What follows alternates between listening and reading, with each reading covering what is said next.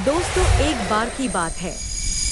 एक घने जंगल में, जहाँ पेड़ पौधे और नदियाँ थीं, वहाँ कई जानवर रहते थे। उन्हीं में से दो अच्छे दोस्त थे। एक चतुर खरगोश जिसका नाम मिंटू था और एक आलसी भालू जिसका नाम बलू था। मिंटू बहुत मेहनती था और बलू हमेशा सोने या खाने में व्यस्त रहता था। आज मैं बलू को सबक सिखाऊंगा ताकि वह आलस छोड़कर कुछ मेहनत करना सीखे। मिंटू ने एक योजना बनाई और बलू के पास गया। उसने कहा, बलू, क्यों न हम एक खेत तैयार करें? वहां बहुत सारे फल और सब्जियां उगाकर हम दोनों आराम से खा सकते हैं। बलू ने आलस भरी आवाज में कहा, मुझे तो आराम पसंद है, पर अगर तुम सब काम करोगे तो मैं खा लूंगा। ठीक है, पर हमें एक समझौता करना होगा। जो ऊपर का हिस्सा होगा वह तुम्हारा और जो नीचे का हिस्सा होगा वह मेरा। फिर क्या? बलू को यह समझौता बढ़िया लगा, क्योंकि उसे लगा कि ऊपर का हिस्सा ही सबसे अच्छा होता है। उसने तुरंत हाँ कर दी। मिंटू ने मूली के बीज बो दिए। दिन बीतते गए और मूली की फसल तैयार हो गई।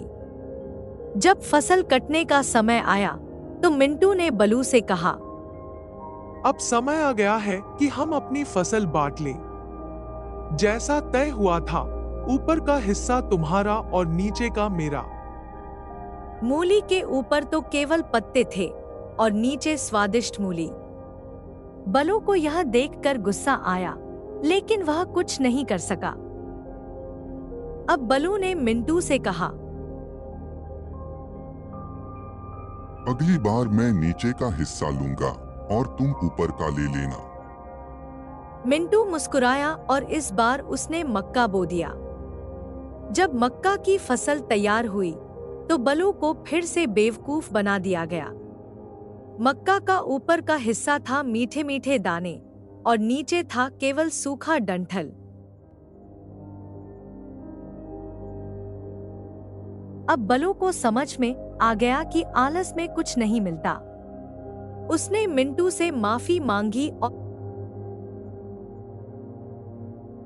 अब मैं भी मेहनत करूंगा। हम साथ साथ काम करेंगे और साथ साथ फल खाएंगे।